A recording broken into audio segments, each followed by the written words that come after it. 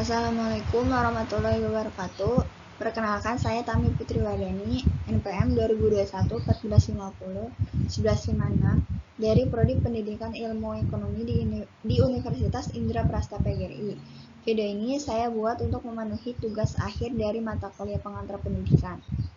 Di dalam video ini saya akan membahas mengenai pendidikan di era globalisasi, di mana di dalamnya terdapat beberapa pokok bahasan yang nantinya akan dijelaskan menjadi beberapa subbab. Agar tidak terlalu memakan waktu, mari simak materinya sampai tuntas. Selamat menyaksikan. Ilmu pengetahuan semakin berkembang dari masa ke masa. Perkembangan ilmu pengetahuan ini mendukung untuk terciptanya teknologi-teknologi baru yang menandai adanya kemajuan zaman. Hingga kini, teknologi yang berkembang sudah memasuki tahap digital, termasuk di Indonesia. Setiap bidang sudah mulai memanfaatkan teknologi untuk memudahkan pekerjaan, termasuk juga di bidang pendidikan. Sebagai suatu entitas yang terkait dalam budaya dan peradaban manusia, pendidikan di berbagai belahan dunia mengalami perubahan sangat mendasar dalam era globalisasi. Ada banyak kemajuan ilmu pengetahuan dan teknologi yang bisa dinikmati umat manusia. Namun sebaliknya, kemajuan tersebut juga beriringan dengan kesengsaraan banyak anak manusia, apalagi dalam era globalisasi sekarang ini. Kita masuk ke dalam pokok bahasan yang pertama, yaitu mengenai globalisasi. Apa itu globalisasi? Menurut asal katanya, kata globalisasi berasal dari bahasa Inggris, yaitu globalization. Kata global maknanya ialah universal atau internasional atau mendunia, sedangkan ization berarti proses. Sehingga globalisasi menurut bahasa adalah suatu proses mendunia.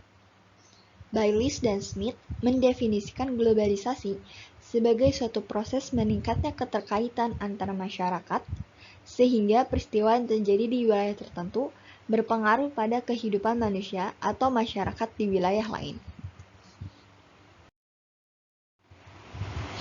Selanjutnya, Anthony Giddens menyebut globalisasi sebagai time, space, distanciation, yaitu dunia tanpa batas, di mana ruang dan waktu bukanlah kendala yang berarti dalam kondisi seperti ini. Ahmad Suparman menyatakan globalisasi adalah suatu proses menjadikan sesuatu, baik benda atau perilaku, sebagai ciri dari setiap individu di dunia ini tanpa dibatasi oleh wilayah. Globalisasi belum memiliki definisi yang mapan, kecuali sekadar definisi kerja atau working definition, sehingga globalisasi bergantung dari sisi mana orang melihatnya. Theodore Levitt merupakan orang yang pertama kali menggunakan istilah globalisasi pada tahun 1985. Berikut merupakan potret dari Anthony Giddens dan juga Theodore Levitt. Selanjutnya mengenai faktor terjadinya globalisasi. Faktor terjadinya globalisasi dibagi menjadi dua. Ada faktor internal dan juga faktor eksternal. Faktor internal terjadinya globalisasi yang pertama, adanya ketergantungan sebuah negara terhadap negara-negara lain di dunia. Kedua, adanya kebebasan pers. Ketiga, berkembangnya transparansi dan demokrasi pemerintahan. Keempat, munculnya berbagai lembaga politik dan lembaga swadaya masyarakat. Yang kelima, berkembangnya cara berpikir dan semakin majunya pendidikan masyarakat. Selanjutnya, faktor eksternal terjadinya globalisasi. Yang pertama, perkembangan ilmu pengetahuan dan teknologi atau iptek. Yang kedua, penemuan sarana komunikasi yang semakin canggih. Ketiga, adanya kesepakatan internasional tentang pasar bebas. Keempat, modernisasi atau pembaruan di berbagai bidang. Kelima, keberhasilan perjuangan pro-demokrasi di beberapa negara. Keenam, meningkatnya peran dan fungsi lembaga-lembaga internasional. Ketujuh, perkembangan HAM. Selanjutnya ke pokok bahasan yang kedua, yaitu mengenai pendidikan. Apa itu pendidikan? Dalam bahasa Inggris, pendidikan disebut education yang berasal dari kata educare. Istilah educare berarti menarik keluar atau drawing out atau memunculkan potensi anak atau mengembangkan potensi anak didik.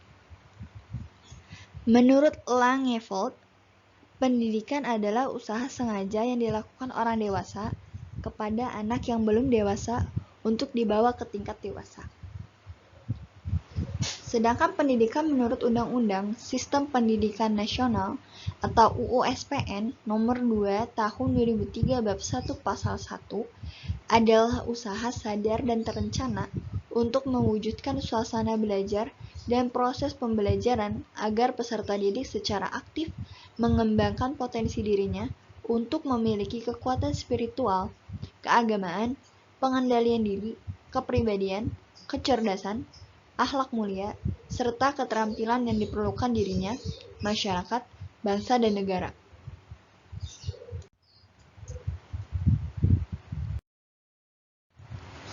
Selanjutnya mengenai tujuan pendidikan.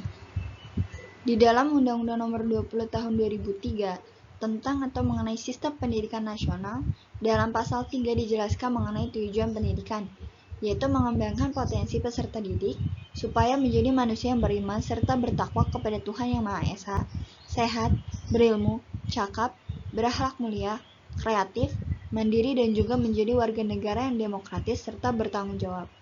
Pemerintah juga menyelenggarakan pendidikan dengan tujuan untuk mencerdaskan kehidupan bangsa, di mana kecerdasan itu diperlukan oleh setiap orang untuk menghadapi perkembangan zaman yang sudah memasuki era globalisasi. Selain itu, terdapat juga tujuan pendidikan menurut UNESCO, yaitu ada yang pertama, learning to know, yaitu belajar untuk tahu sebagai landasan semua pengetahuan. Yang kedua, ada learning to do, yaitu belajar untuk bekerja dan mengaplikasikan pengetahuan yang telah ia terima. Ketiga, ada learning to be, yaitu belajar untuk menjadi diri sendiri dengan penggalian potensi diri. Yang terakhir ada learning to live together, yaitu belajar untuk hidup berdampingan dan bersama, hidup bermitra, berkompetensi, menyikapi perbedaan, saling menutupi dan mengisi dengan masyarakat, bangsa, dan umat. Selanjutnya ada tantangan pendidikan di era globalisasi. Tantangan pendidikan di era globalisasi yang pertama adalah kualitas pendidikan, kedua profesionalisme tenaga kependidikan, ketiga kebudayaan atau akulturasi, keempat strategi pembelajaran, kelima perbaikan manajemen, keenam akses pendidikan, ketujuh kemajuan iptek. Lanjutnya kita ke pokok bahasan yang ketiga, yaitu mengenai TIK. Apa itu TIK? Kata teknologi berasal dari bahasa Yunani, yaitu tekno, yang berarti keahlian, dan logia, yang berarti pengetahuan. Dalam pengertian yang sempit, teknologi mengacu pada objek benda yang digunakan untuk kemudahan aktivitas manusia, seperti mesin, perkakas, atau perangkat keras. Pengertian yang lebih luas, teknologi dapat meliputi pengertian sistem, organisasi, dan juga teknik. Istilah TIK mulai digunakan oleh para peneliti akademik pada tahun 1980-an dan menjadi populer sejak digunakan oleh Dennis Stephenson pada tahun 1997 dalam laporannya kepada pemerintah Inggris tentang perkembangan pendidikan. Dan berikut merupakan potret dari Dennis Stephenson.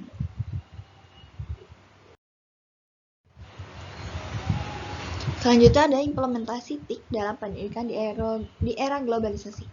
Yang pertama, TIK sebagai skill dan kompetensi. Kedua, TIK sebagai infrastruktur pembelajaran. Ketiga, TIK sebagai sumber bahan belajar. Keempat, TIK sebagai alat bantu dan fasilitas pembelajaran. Kelima, TIK sebagai pendukung manajemen pembelajaran. Dan yang keenam, TIK sebagai sistem pendukung keputusan. Selanjutnya adalah manfaat TIK. Yang pertama, mudah dalam melakukan konsultasi dengan para ahli. Kedua, adanya perpustakaan online. Ketiga, dapat mengakses berbagai informasi dan memperoleh sumber ilmu pengetahuan dengan mudah. Keempat, akses ke para ahli lebih mudah karena tidak dibatasi jarak dan waktu. Kelima, materi pelajaran dapat disampaikan interaktif dan menarik. Keenam, melalui belajar jarak jauh dapat menghemat biaya dan waktu. Ketujuh, dapat berbagi informasi dan hasil penelitian dengan lembaga pendidikan lain. 8. Dapat memberi layanan yang lebih baik kepada para peserta didik. 9. Dapat menjangkau peserta didik yang tempatnya sangat jauh. Dan 10. Melalui perpustakaan online dapat menekan biaya untuk menyediakan buku.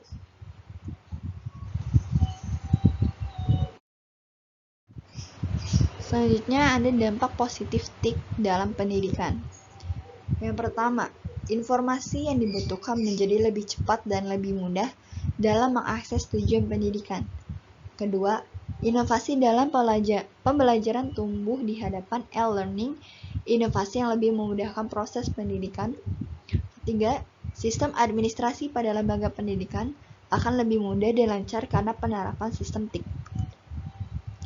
4. Munculnya media massa, khususnya media elektronik, sebagai sumber pengetahuan dan pendidikan pusat. 5. Peningkatan kualitas sumber daya manusia melalui pengembangan dan pemanfaatan teknologi informasi dan komunikasi. 6. TIK sebagai sistem pendukung keputusan dalam dunia pendidikan. 7. Guru meningkatkan kompetensi mereka dalam berbagai bidang ilmu pengetahuan dan profil lembaga pendidikan yang diakui oleh pemerintah. Selain dampak positif, TIK juga memiliki dampak negatif dalam pendidikan. Yang pertama, kualitas moral siswa yang semakin menurun karena di internet siapapun dapat mengakses informasi tanpa batas, sehingga tidak menutup kemungkinan siswa membuka dan terpengaruh oleh situs yang kurang baik, sehingga berpengaruh pada tingkah laku dan pola pikir siswa. Kedua, timbullah kesenjangan sosial. Ketiga, munculnya tradisi serba praktis di mana pendidikan akan bergantung pada teknologi. Keempat, menipisnya kebudayaan lokal karena masuknya budaya dari luar. Dan yang kelima, kekuatan kontrol pendidikan oleh negara berkurang. Selain itu, terdapat juga upaya mengurangi dampak negatif TIK. Yang pertama, mempertimbangkan pemakaian TIK dalam pendidikan. Kedua, analisis untung ruginya pemakaian TIK. Ketiga, tidak menjadikan TIK sebagai media atau sarana satu-satunya dalam pembelajaran. Keempat, pihak-pihak pengajar, baik orang tua maupun guru, memberikan pengajaran etika ber-TIK agar TIK dapat digunakan secara optimal tanpa menghilangkan etika. Kelima, pemerintah sebagai pengendali sistem-sistem informasi seharusnya lebih peka dan menyaring apa-apa saja yang dapat diakses oleh para pelajar dan seluruh rakyat Indonesia di dunia maya. Keenam, itu dengan penanaman pemahaman Pancasila. Selanjutnya, ke pokok bahasan yaitu mengenai e-learning. Apa itu e-learning? Pembelajaran elektronik atau e-learning telah dimulai pada tahun 1970-an. Konsep pembelajaran berbasis komputer dan jaringan adalah suatu bentuk model pembelajaran dengan memanfaatkan teknologi web dan internet. Konsep ini sebenarnya bukanlah hal yang baru, bukan juga ide ataupun pemikiran baru, bahkan sudah berkembang sejak beberapa dasawarsa lalu. Berbagai istilah digunakan untuk mengemukakan pendapat atau gagasan tentang pembelajaran elektronik, antara lain adalah online learning, internet enabled learning, virtual learning, atau web-based learning, web-based distance education, e-learning, web-based teaching and learning.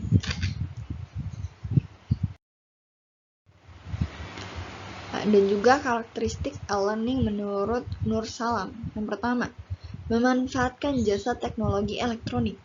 Yang kedua, memanfaatkan keunggulan komputer. Ketiga, menggunakan bahan ajar yang bersifat mandiri atau self-learning materials, kemudian disimpan di komputer, sehingga dapat diakses oleh dosen dan mahasiswa kapan saja dan di mana saja. Keempat, memanfaatkan jadwal pembelajaran, kurikulum, hasil kemajuan belajar, dan hal-hal yang berkaitan dengan administrasi pendidikan dapat dilihat setiap saat di komputer. Selanjutnya ada fungsi e-learning. Yang pertama, sebagai tambahan atau suplemen. Dikatakan berfungsi sebagai tambahan apabila peserta didik mempunyai kebebasan memilih apakah akan memanfaatkan materi pembelajaran elektronik atau tidak. Yang kedua, sebagai pelengkap atau komplement. Dikatakan berfungsi sebagai pelengkap apabila materi pembelajaran elektronik diprogramkan untuk menjadi materi pengayaan atau perbaikan bagi peserta didik di dalam mengikuti kegiatan pembelajaran konvensional. Ketiga, sebagai pengganti atau substitution. Beberapa sekolah atau perguruan tinggi di negara-negara maju memberikan beberapa alternatif model kegiatan pembelajaran atau perkuliahan kepada para peserta didiknya. Selanjutnya ada manfaat e-learning. Yang pertama, fleksibel. E-learning memberi fleksibilitas dalam memilih waktu dan tempat untuk mengakses perjalanan. Kedua, efisiensi biaya. Ketiga, meningkatkan daya serap mahasiswa atas materi yang diajarkan. Keempat, meningkatkan partisipasi aktif dari mahasiswa. Kelima, meningkatkan kemampuan belajar mandiri mahasiswa. Keenam, meningkatkan kualitas materi pendidik dan pelatihan. Ketujuh, meningkatkan kemampuan menampilkan informasi dengan perangkat teknologi informasi, di mana dengan perangkat biasa sulit dilakukan. Ada kelebihan e-learning menurut Al Jokro. Yang pertama, lebih mudah diserap. Artinya, menggunakan fasilitas multimedia berupa gambar, teks, animasi, suara, ataupun video.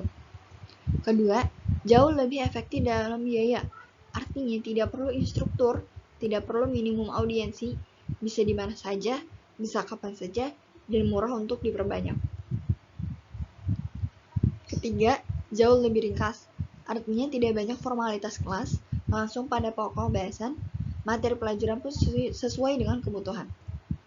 Keempat, tersedia 24 jam selama 7 hari, artinya penguasaan materi tergantung pada semangat dan daya serap siswa, bisa dimonitor, bisa diuji dengan e-test. Kekurangan e-learning menurut Nur Salam. Yang pertama, kurangnya interaksi antara pengajar dan pelajar atau bahkan antara pelajar itu sendiri. Kedua, kecenderungan mengabaikan aspek akademik atau aspek sosial dan sebaliknya membuat tumbuhnya aspek bisnis atau komersial. Ketiga, proses belajar mengajar cenderung ke arah pelatihan daripada pendidikan. Keempat, berubahnya peran pengajar. Kelima, kurangnya sumber daya manusia yang menguasai internet. Keenam, kurangnya penguasaan bahasa komputer. Ketujuh, akses pada komputer yang memadai dapat menjadi masalah tersendiri bagi peserta didik. 8. Peserta didik bisa frustasi jika mereka tidak bisa mengakses grafik, gambar, dan video karena peralatan yang tidak memadai. 9. Tersedia infrastruktur yang bisa dipenuhi. 10. Peserta didik dapat merasa terisolasi.